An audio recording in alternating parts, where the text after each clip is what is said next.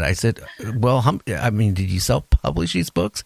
He goes, well, it's kind of that way, but Amazon has this deal that they can, a person orders the book and they print it and ship it out.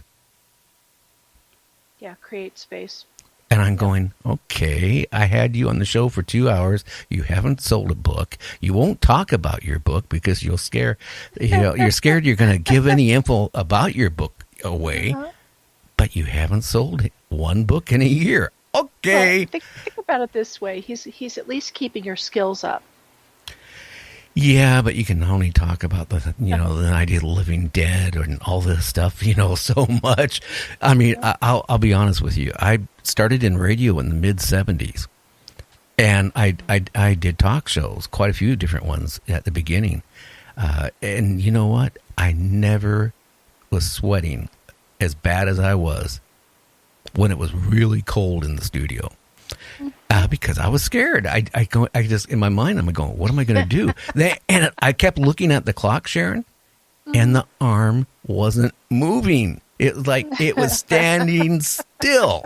The Curse of the Vampire book you couldn't talk about. Oh, yeah. Yeah. Yeah.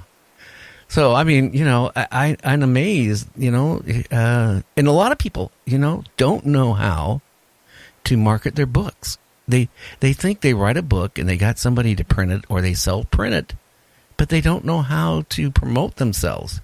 And you do a really good job with your blog on Facebook, and I don't know where else you go. Oh, I'm everywhere. I'm like an infection.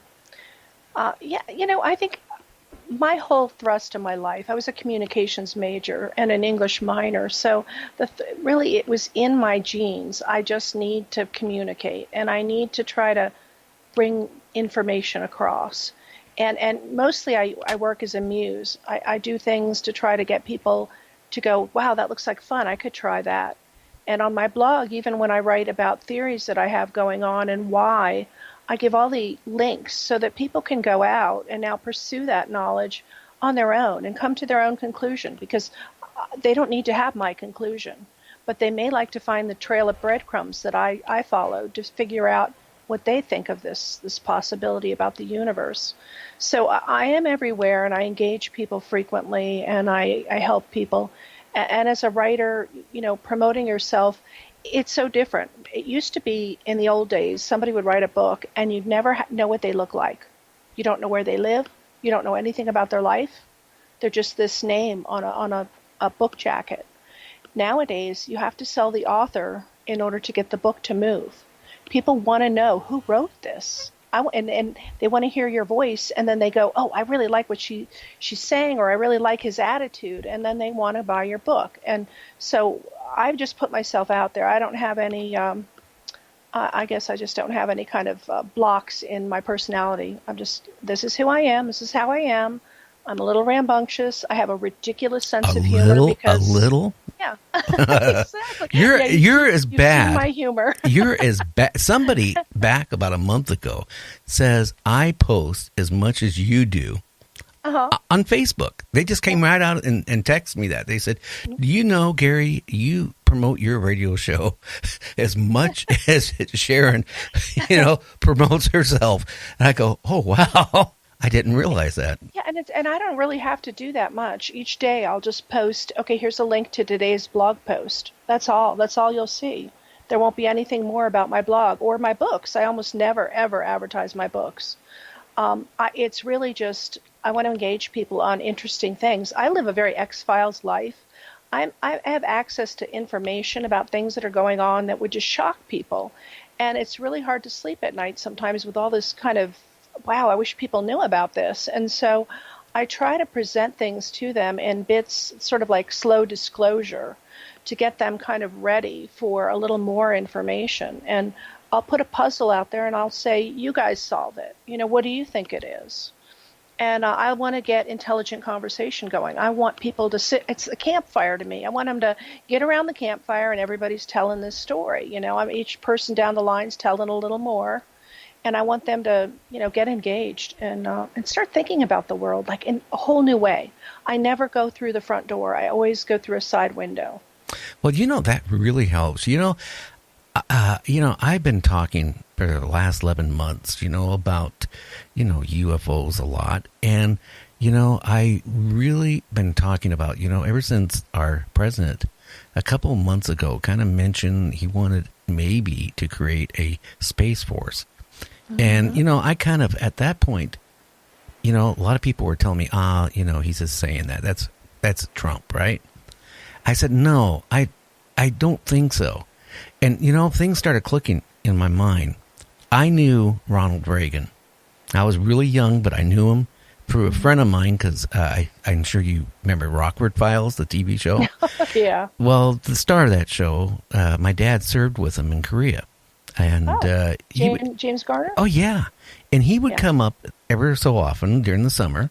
He'd come and spend a day or two, visiting my dad, doing what I guess buddies do. And I would talk to him a little bit. And, I told him one day when he was up visiting, I said, you don't know Ronald Reagan? He goes, yeah, he's a good friend of mine. Next thing I know, at that time, I think I was like about 18 or something like that, Ronald Reagan would take phone calls once a month, for young people to call up and ask political questions and ask whatever, and he would try to answer it. Instead of me calling him, I get a phone call from the White House and saying that the president wanted to talk to me. I talked to the president. It was really cool. But then afterwards, he kept in touch with me for a while, and he kept saying, well, come to the White House. I'll show you the White House. Real cool guy. But one thing, he did talk a little bit about Star Wars to me. Mm-hmm. And, him and Nancy were into the occult a little bit, probably deeper than most people realize. He was really worried, not so much about Russia, with sending a nuke towards our way. He was worried what was out there. Mm-hmm. So, that's always been in the back of my mind. And then when Trump mentioned Space Force, it started clicking things, like something maybe might be going on. Because if you remember Hawkins talking about, we shouldn't be sending our address out in space, like how to find Earth. Yeah, it's intriguing. I think everybody has a different stand on how they view life on other planets or aliens or UFOs or those kinds of interactions. I look at some of the things that have led up to this point with the Space Force, and it makes absolute logical sense to commercialize or make it a capitalistic government arm of NASA, to change the way they've been doing things, and to get people involved like Bigelow and Musk. It all looked like it was inevitable that we were going to go out there and we were going to do stuff. I still personally don't believe there's anything to worry about for aliens on other planets. I believe that what we're experiencing is something that's from sort of a parallel universe. Well, just to skip over. I hope you're right, because, what got me concerned is when the Navy, somehow that film from the two fighters got circulated, about chasing a UFO. Mm-hmm. That, kind of, made me a little bit interested. But then about a week later, the government tried a little bit to debunk it. But then, in November, you had the Secretary of the Air Force addressing the cadet class, saying, hey, our next war, guys, are not going to be a war on the ground. It's going to be in outer space. Now, you can take that one or two different ways. I mean, here, a month before that, all of a sudden you see this video was taken, I think maybe a year before that, of the two fighter pilots chasing the UFO. Then you got the Secretary of the Air Force saying what he said. And then, a few months later, you got Trump, jokingly saying, I'm going to create a Space Force, or maybe we should. Then he does it. So it kind of, you can take it different ways. Exactly. So I think there's a lot of talk going around about the fact that the government might be, or even the world organizations are trying to slowly disclose a reality to us.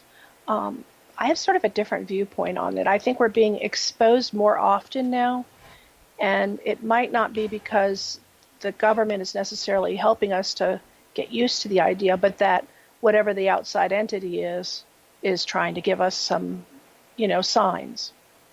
Yeah, maybe they'll land in Washington D.C. and if we're really lucky. Now listen to this, Sharon. I think they would work from inside. I really do. What they would do is they would make some exceptional skills on some exceptional people.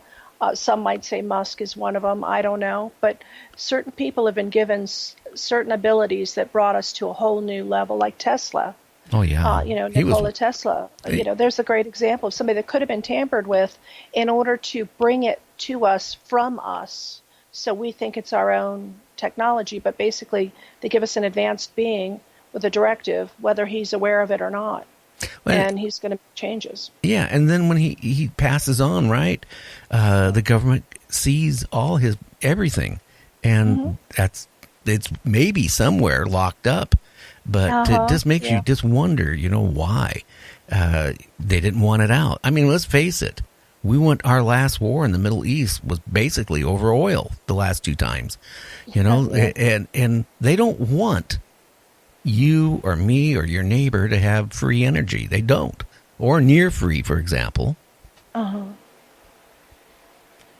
Yeah, there's a lot of things you're going to have to think about if it comes to something like that. We'd have to jump to a whole new level of capitalism in which there's some profit to be made in other ways. I mean, if you think about it, in the past we got rid of ice men that used to come by with ice and put it in your ice box.